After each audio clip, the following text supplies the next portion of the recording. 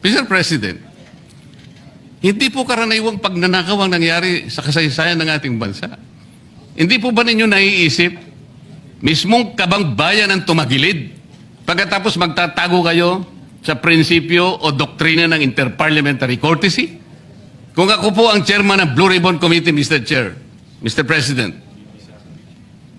hindi ko po igagalang interparliamentary immunity sapagkat ang pinag-uusapan dito ay interes ng mamamayan. Huwag po tayong magtago kung saan-saan.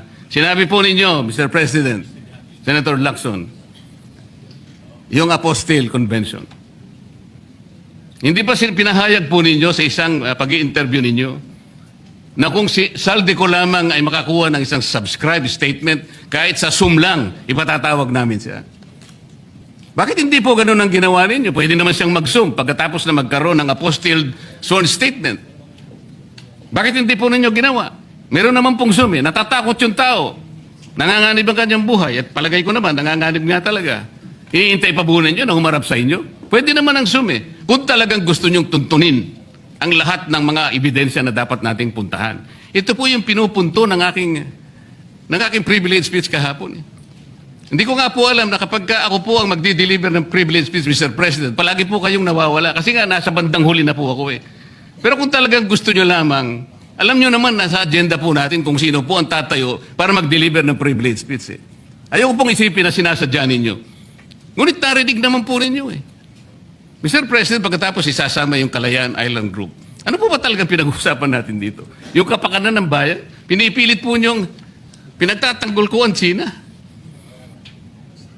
Sa March 12 po, Mr. President, Senator Lacson, sana po may panahon kayo, sapagkat ipinatawag ko sa pagitan ng isang resolution, at ito po ay alam na ni Senator Erwin. Pinatawag ko po ang NAMRIA, pinatawag ko po ang Philippine Coast Guard, Philippine Navy, ang DFA, pinatawag ko rin po si Justice Carpio, at saka yung professor sa UP. At kung sino man po ang interesado, once and for all, malaman po natin dito kung sino ang sinungaling, kung sino ang makatsina, kung sino ang nagagaling-galingan at nagpapanggap na expert in international law. Sana po, Senator Lacson, nandun po kayo. Like on many past occasions, I could have effortlessly dismissed Senator Marcoleta's statements as I refuse to dignify his ego-driven provocations. But when the attacks shift from professional to obsessively personal, I must shut the whole political circus down, firmly, completely, and without ambiguity.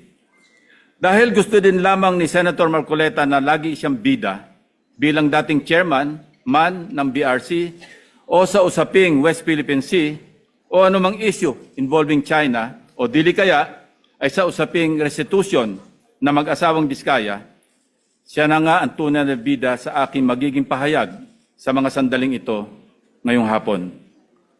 Memory is short, Mr. President.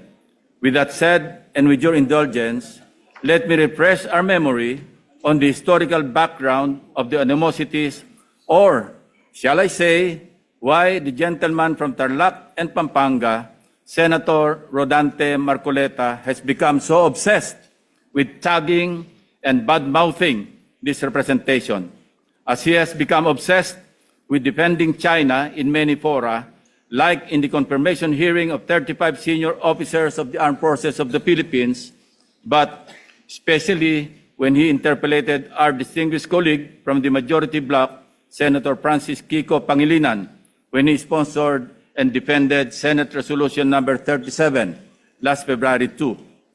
So obsessed that he had to resort to rigorous stalking of all my interviews and social media updates, nitpicking from every statement I uttered, and tricking this august chamber to cry foul, armed with nothing but his draining litany.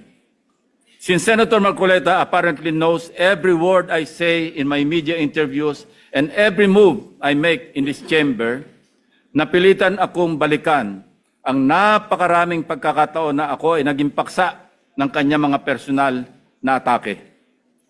Perhaps, Mr. President, It started when this representation inquired about Senator Marcoleta's hilaw interpretation of Senate rules relative to his motion to dismiss in the impeachment case against Vice President Sara Duterte last year.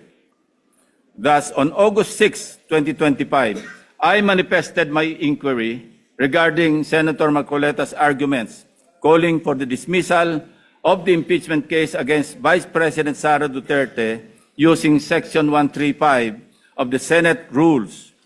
I highlighted that nowhere in our rules can we find a provision on a motion to dismiss, nor is there a suppletory application of the rules of court and other references like the Riddick's Manual, etc., to accommodate such a motion. I merely raised a parliamentary inquiry into how we can of the 2026 budget on general principles in the presence of DBCC officials. Sinabi niya na base sa usapan nila ni Yusek Bernardo, meron siyang may mga taong nagne-name drop sa Pangulo, tulad ni na Yusek Adrian Bersamin at Yusek Trajib Olaybar, na nagutos kay Saldico na ipasok sa BICAM yung insertions ng 100 billion. Panoorin po natin ang video, Mr. President.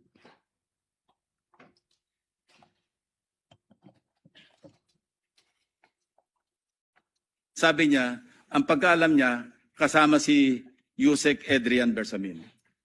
8 billion pesos, Mr. President, in at least 10 deliveries.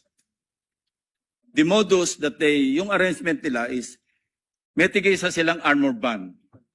May armored van si Yusek Olaybar, may armored van siya, magpapark sa basement ng Diamond Hotel, darating yung van driven by Olaybar, and possibly, sabi niya, hindi siya sigurado, and possibly along with Adrian Bersamin. Bakante yung armored van, ipapark, idadrive yung isang van na puno ng pera. Ranging from 800 million hanggang 2